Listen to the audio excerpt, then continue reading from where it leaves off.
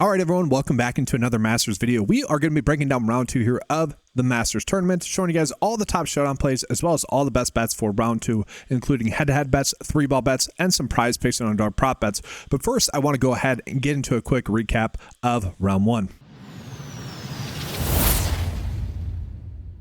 And so let's start with Justin Rose. So if you guys have been following the channel, you know that first round leading betting has been good for us thus far this year, typically like it is every single year, but it's also been extremely tilting. Hole 18 has basically been our nemesis this year, where one of our golfers either makes a bogey on 18 to not cash a full first round leader bet, or maybe they make 2 bogeys on 17 and then 18 as well to tie for the first round lead, or maybe miss it in general. Or last week where Sam Ryder ends up making a bogey or birdie on 18 to take a chop first round leader away from us. He actually went -2 on the last 2 holes, okay, to not have us cash a Keith Mitchell first round leader bet. The script writers actually mixed it up a little bit here for round 1 of the Masters. They're like, all right, Justin Rose, you're just going to go ham. You're going to make every single putt.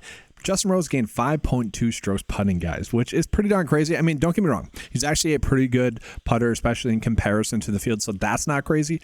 But gaining 5.2 strokes putting to the field, that is crazy. I mean, it is crazy, guys. Like, compared to the field, 5.25, and then the next best, Max Graceman at 3.67, which is also obviously pretty darn good. That is just crazy, a little bit annoying. But we do continue the good, statistical outlook here for first round leader betting, basically either having a first round lead or having golfers finish T2. Again, want to reiterate, you guys can be betting top 5 or top 10s off of that as well. The ties you want, though, to be paying out per site as well. So just be on the lookout for that as well. Now, round 1 showdown was also very good, which leads us into really the terrible part of the main slate. And the main slate terrible part really is the PM golfers. And it's a very interesting breakdown there because AM was going extremely well. I'm like, all right, this is going to be a pretty darn good Masters. Have a lot of lineups that are doing really well. A lot of them where I'm like, all right, I just need Russell Henley, who's one of the best golfers in the field, one of the most mispriced golfers in the field, to freaking show up. Obviously, that's not what happened. It's probably one of the most disappointing performances I can remember, honestly, fantasy golf-wise, legitimately, just with how good of a play he was on paper compared to similar golfers to him, like Corey Connors is like a slightly worse version of Russell Henley on paper. We know how Corey Connors is doing. And let's just look at it, guys. Like, he lost strokes everywhere. Strokes gained total, obviously lost. Strokes gained tee to green, lost. Strokes gained approach, lost. Strokes gained putting, lost as well. All of that is pretty darn crazy. So he is going to be one of the players that you would expect to play much better in round 2, guys. Like the good news is that if he gets back to his season average, he could gain 7 strokes. He could do what Justin Rose did. Now, I'm not exactly expecting that to happen, but the good news is that obviously he had a clear outlier round. That's what happened. And so he's at +7. Could he get -4? I do think that's within the realm of possibilities. I mean, he is one of the better golfers in the field.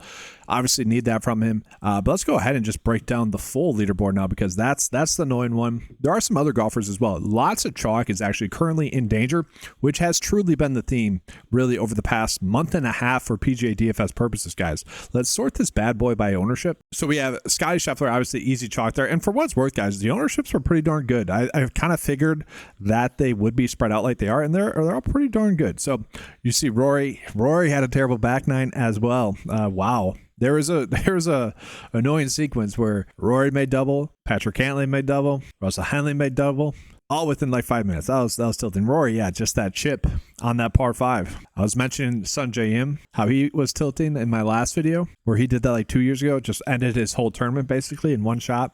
That's exactly what Rory did there, where he just hit it way too hard. Anyways, Connors is doing well. Collin Morikawa also really gave some shots away. It felt like he was having such a good round 1. If you guys were watching it, I was like, how is Justin Thomas +1 and Collin Morikawa is -1 for most of the round? I'm like, Collin Morikawa seems like he should be at like -4. Then he chips in for eagle. And then after that, then he started to regress back. He ended up shooting even par, which if you were watching it, it really didn't, it felt like he played much better than that. But he's pretty chalky. Now we get into some of the chalky disappointments. So Seb Straka, is kind of, he's +6. He could still make the cut. We'll touch on that in a second. He is kind of like, oh, well, that was within the realm of possibilities for him to miss the cut. Good stat fit. but he wasn't like a lock and load play on paper like Russell Henley, especially considering the price tag. And so again, that's the annoying part of Russell Henley there. From there, Jon Rahm, also chalky. He is at +3. He's potentially missing the cut. Then you also have Keegan Bradley, who is pretty chalky. He's inside the cut line right now. Robert McIntyre, who kind of like Sepp Straka. It's kind of like, yeah, you knew that was within the realm of possibilities for him. I had him as a GPP only play on the 9-5 write-up, risk reward type play. And so with that, guys, the cut spread for PGA DFS purposes is less than 5% of lineups have 6 for 6 across the cut line, which for the Masters tournament is insane. That basically never happens because it's a reduced field event. Because of the soft pricing, you are typically able to make extremely good lineups. 5 out of 6 is extremely low right now as well. And so again, that is very rare for the Masters, especially with the ownership being as spread out as it is. Like, sure, we might have a chalky golfer that misses the cut. That is not the case. So very interesting. Again, going to be a lot of golfers that are going to present some really big cut sweats tomorrow. But let's go ahead and get into the round 2 showdown picks and just talk about what we're expecting here. And I actually want to start with win rank. Who are the golfers that are most likely to win heading into round 2? So obviously it's going to be Scottie Scheffler, and we got to talk about Ludwig Aubert. Okay, so it is crazy what he has been able to do at the Masters. So I tweeted this out. It's like, all right, you need to have course experience to be successful at the Masters. He ends up finishing T2 last year. This year, you need to be in good form heading into the Masters. He's currently second. I mean, that is pretty darn crazy. It is crazy. Like, sure, you could fire from the hip, be like, oh, he's going to show up. I don't care about the 2 missed cuts. I don't care about the relatively bad. It sounds weird to say because he does have 2 really good finishes on the PGA Tour this year, but also has a withdrawal and also has 2 missed cuts. So it is the date is definitely skewed with him. I still think from that withdrawal, from him being sick and from that bad start. And sorry, he played sick and then had a withdrawal from the next event. So I do think it's a little bit skewed from that, but still pretty crazy for a golfer like that, 2 missed cuts in a row to be doing that. But he's second in the win rank column. And then Corey Connors won the outright bets. And so Justin Rose with a 3-shot lead is 4th most likely. Then you got Bryson Hatton, who Hatton was a core play per the 9-5 data. I did not trust that. I had him as a lower exposure play, kicking myself for that.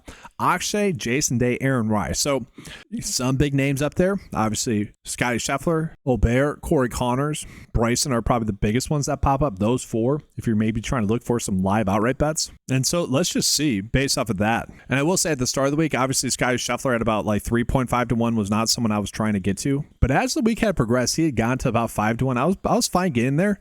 And really, like after one good round and him starting at about like 3.5 to 1 to start the week, the fact that you can still get him at like 2 to 1 while being the most likely to win after a good round 1 is kind of crazy. I kind of like that number.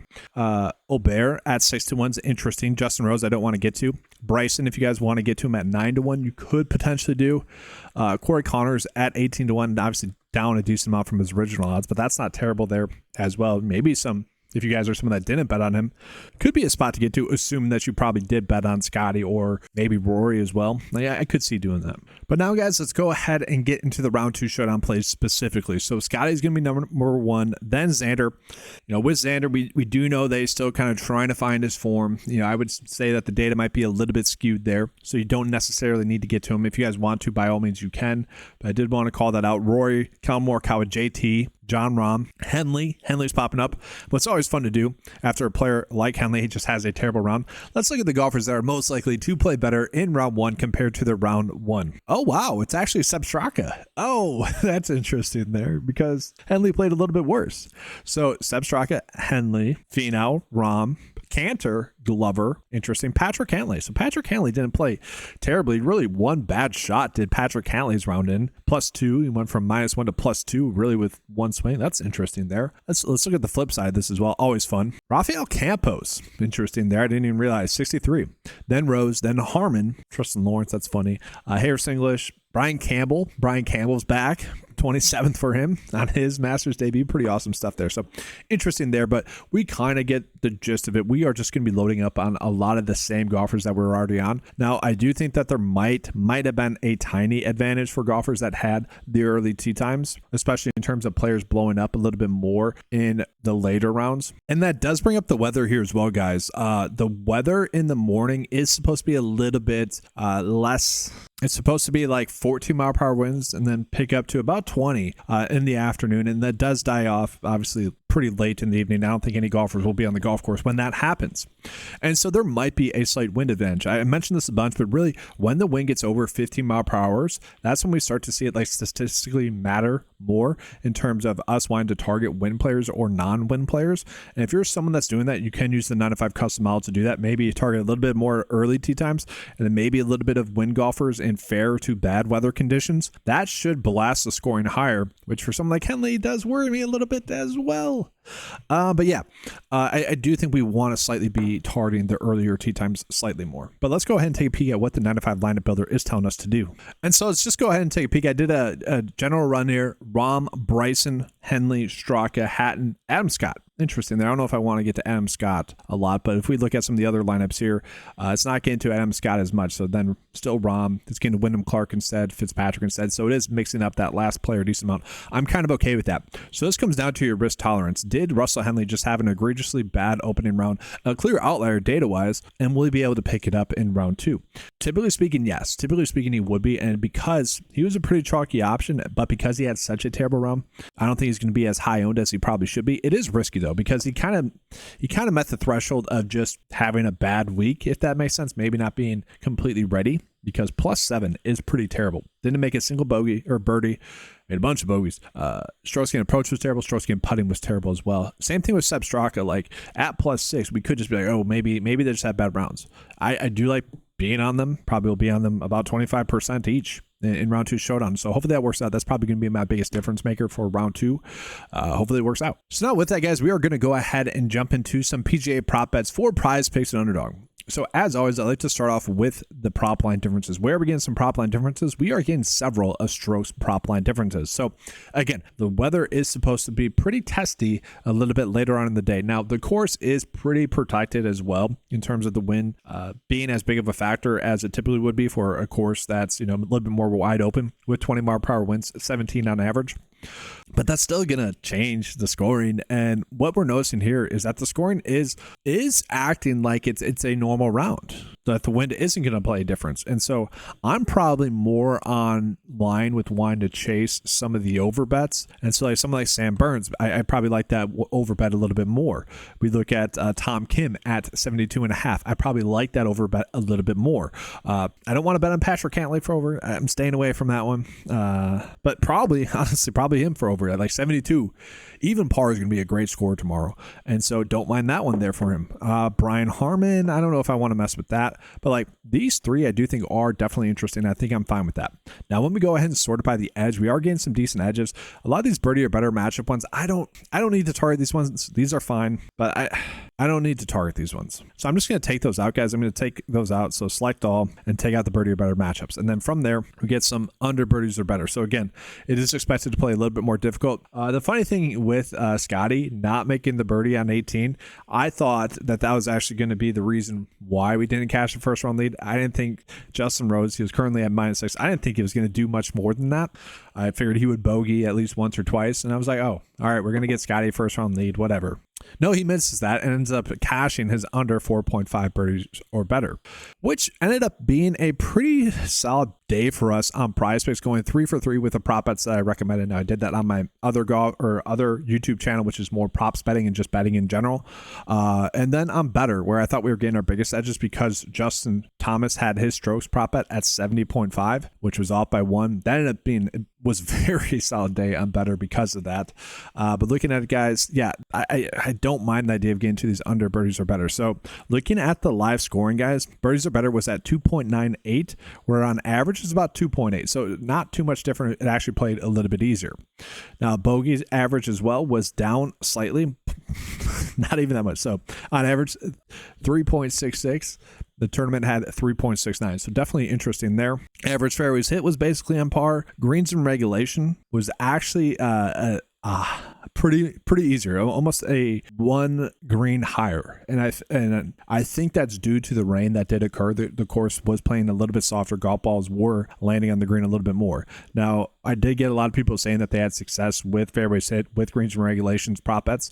I want to be getting those, but right now we do have a few decent under birdie or better bets. So Ludwig, you could potentially do, but I don't really like targeting these ones that are going to be pushes. Like these two, Scotty and Ludwig, are going going to be valued as, I keep saying his name differently, guys, because I just watched Netflix Full Swing. I've been saying his name the way that a lot of Americans thought was correct, and then he's like, no, it's Ludwig. So I'm like, okay, I got to switch to that in my brain. So whatever. You guys get it. I think most golf fans get that issue.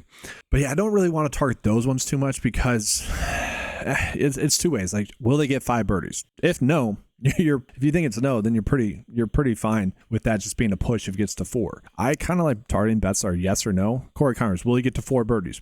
In the PM wave, probably not. It's going to be difficult to do. Tom Kim, I would rather just bet on his overstrokes on Underdog, okay, rather than this, but I think you guys get it. So probably betting more under birdies or better on PrizePicks, even though it's about the same as it currently sits. And then we're just going to be betting those overstroke prop bets that I just mentioned on Underdog. So no reason for me to pull that up there on Underdog. And I did want to take a peek at Better. We're not currently getting any prop bets for them just yet, PGA wise.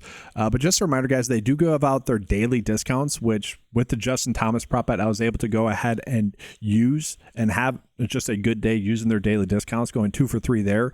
And then, yeah, so just be on the lookout for that because they typically hang out some pretty good lines, but they're a little bit slower with that as well. So if you guys are looking to either use Better, use the link in the description below. That's an easy way to kick back money to the channel, easy way to support the channel there, guys, as well as using the Underdog promo code as well, 925 spelled out right there.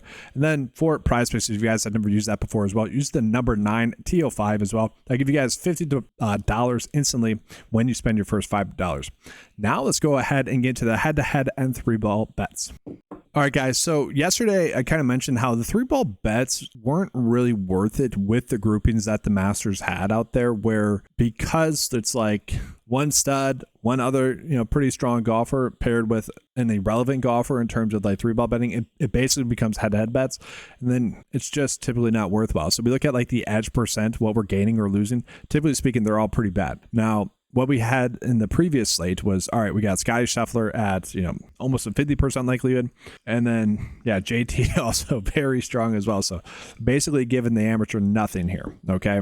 And so with that, you got Justin Thomas, 11% edge. That's a positive edge. That's good because it's not properly accounting for his likelihood to win that group. But all in all, it's still favoring Scotty to win that. So that's just a bet that I don't need to do at those odds. Same thing with Willie Z at his. So he's someone that ended up tying his group, which really made his bet really not worthwhile at all. And then the next best bets are these tie bets. So I want to take off Justin Thomas group and I want to take off the ties.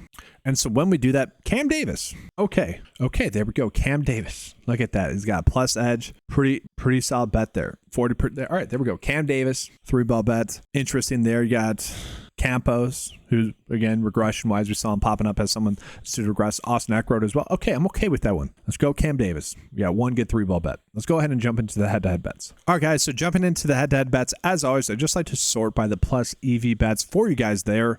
Bovada, we're getting some. That's the thing. These offshore books, we typically get the best EV bets there, so check it out. So I always like to go with the normal markets here, the American markets, the most popular ones, and seeing if we're getting any edges there. And so Davis Thompson to beat Michael Kim, that's fine. And then from there, basically nothing. So we're going to sort by the 9-5 edge, so 1 plus EV bet there for the traditional bets or for the American books there. From there, you got Sanjay M beating Danny McCarthy. I don't know if I exactly like that one, but it's popping up really well. Obviously, Danny McCarthy, one of the value plays that's doing well. So it is funny, guys, how we had 3 clear-cut values. Danny McCarthy was the top value, and what I mean by that is the sub 7K plays. Danny McCarthy, kind of just an easy click. Golfer going out of your way to target. Then we had Harris English and Lucas Glover, who both ranked out as basically similar plays. And so if you ended up on Harris English over Lucas Glover, you're sitting pretty right now. If you ended up with Glover instead of Harris English, you're not so much. And it's crazy how one little decision like that, one seemingly small decision like that, can make or break your week. Like Harris English, currently in the top 10, having a great week. Lucas Glover, almost freaking dead freaking last, right? So it's always crazy how a little decision like that can make or break a week. But we have some decent ones. So we got Cameron Young beating Jaeger. Okay, also decent. And then Matt Fitzpatrick beating Daniel Berger as well. That's probably my favorite one, honestly, at -105 on FanDuel. I like that one the most. I know the data likes Sanjay M to beat Danny McCarthy, and I know the data likes Cameron Young to beat Jaeger. I don't love those necessarily. I like Matt Fitzpatrick to beat Daniel Berger, though. I think that one's probably the best one. So let's just end it there, guys. -105 FanDuel there. So 1 bet for the 3-ball bets, 1 bet for the head-to-head bets. And so guys, that'll do it for the video, but I do want to remind you guys of 2 things. First and foremost, we do have the mobile cheat sheet there for you guys as well. There are some new members coming in that we're kind of asking about just the mobile usage on the website. Just be checking that out if you guys are a 9 to 5 member. Just want to recall that obviously a lot of the tools are designed more for desktop use, but if you guys just want a snapshot of the data, you can use that sheet. But do want to remind you guys of the 9 to 5 membership as well. You get access to all the fantasy golf tools for just $10 a month, as well as all the prop tools as well. So check that out, guys. That's going to do it for this video, though. Thanks for watching. Leave a like, subscribe to the channel if you guys have not done so before. That's all. And as always, let's keep cashing.